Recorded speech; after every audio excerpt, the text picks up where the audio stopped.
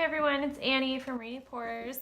Today I'm doing a little bit of an experiment that I failed on the first time. That's why this looks purple. I went and bought a very large slice of wood from Michael's. It was on sale, and I thought I'd do something with it. And this is the second time I've poured on wood.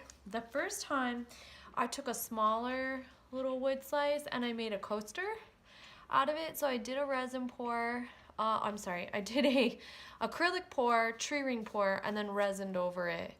And I tried to just kind of get that tree ring effect right in the center. And I thought it came out kind of cool, and I use it as a coaster now. And so with this one, I thought what I'll do is the center of the tree ring was here. You probably cannot tell because it's so dark from my failed attempt. And so I thought, okay, I'll put the center here and I'm gonna keep going. And now I've protected part of it with painter's tape. And the idea is that I'll do the pour, let it dry a little, remove the tape, and then I should have, fingers crossed, a nice clean line. And then I'll resin the whole piece. And I'm not sure what I'll do with it. We'll see how it comes out, but that's what I was thinking I'd do. So, I like that I sort of messed up the first time because you can see, like, man, I'm a big believer in reusing stuff, and the only way to learn is to fail sometimes. So I'm using all Artist Loft paint today. I'm using my first recipe, which is paint, then so 1.5 ounces paint, 2.2 ounces of Liquitex pouring medium, followed by 0.1 ounce of Golden GAC 800. Then I take a mix of 5 parts to 6 parts water and 1 part Liquitex pouring medium, diluted down. That's how I get my mix down to a melted ice cream consistency. Then finally I put some Zinsser or Floetrol in. I put 0.1 ounce of Zinsser or Floetrol in each color. And then I end with a probably 6 to 8 drops of 3-in-1 silicone. It's just called the number 3, the word in, I-N, and then the number 1 silicone. You can Google it. You can get it at Walmart. I got mine at Home Depot. You can get it online on Amazon. So I use that. That silicone actually looks like this, if you're wondering. That silicone gives me very nice bullseye cells. Bullseye cells are very pretty. They're very layered. So that's what I'm using today. These cells will come out with this mix that I just said. The cells will come out with the use of a torch. If you do not use a torch, you will not get as many cells. When I do a tree ring pour, sometimes I torch, sometimes I don't. It's always a struggle. I'm gonna struggle at the end of this video, in fact, right in front of you guys. So, debating on whether to torch or not. So the colors I've used so far is a plain white. The pretty yellow is my favorite yellow. It's called Naples Yellow by Artist Loft. Followed by a brilliant magenta. I just poured in a cerulean blue. Now I'm going in with, oh shoot, I meant to Google this to figure out how to pronounce it so you guys wouldn't laugh at me, but it's Phthalo blue, I don't know. It's like P-H-A-T-L-O, oh no, green, P-H-A-T-L-O, green. Man, please forgive me with my terrible pronunciation.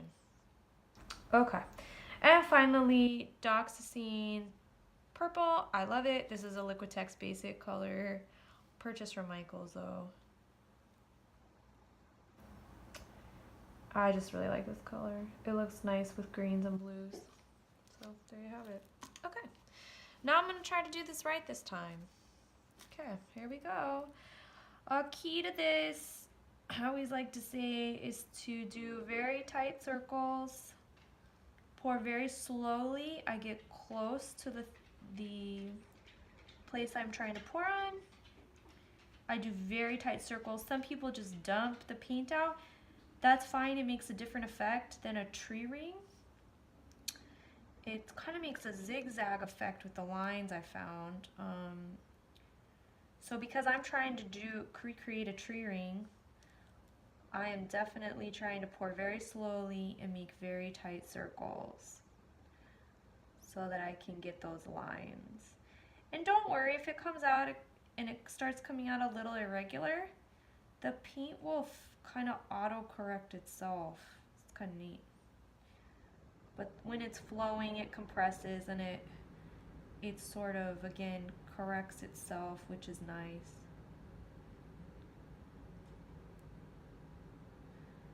So the green and the blue is coming out now. It's looking really pretty. I'm not sure what you can see on the camera, but I'm liking what it's looking like.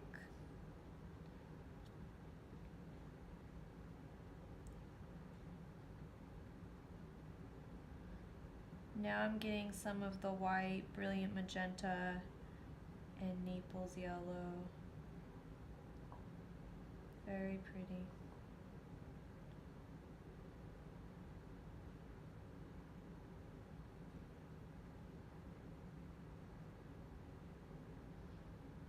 Although it's all towards the top, so it's gonna run off. That's a little sad. I'm actually gonna stop here because it's running a little and I don't want to lose all my brilliant magenta.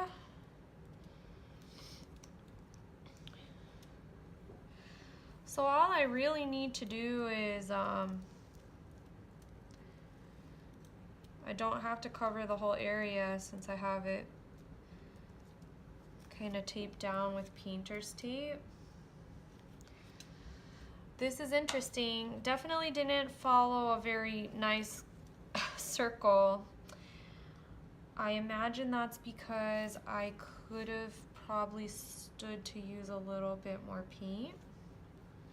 That's all right. I'm not gonna cover all the wood areas. I think, you know, kind of making it irregular is pretty. And so I'm gonna leave it like this. It's not exactly what I wanted, but I think it's a really cool experiment. And we'll see what happens when I, you know, take the tape off and of course when I resin it.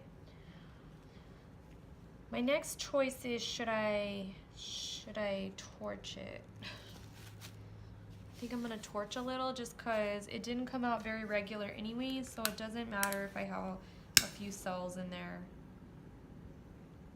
Nice. So this is making the yellow kind of pop through, which I like. Very pretty. Trying to keep the torch sort of far away so it doesn't get too much. That way you can control it a little more. Very, very pretty. I am liking this.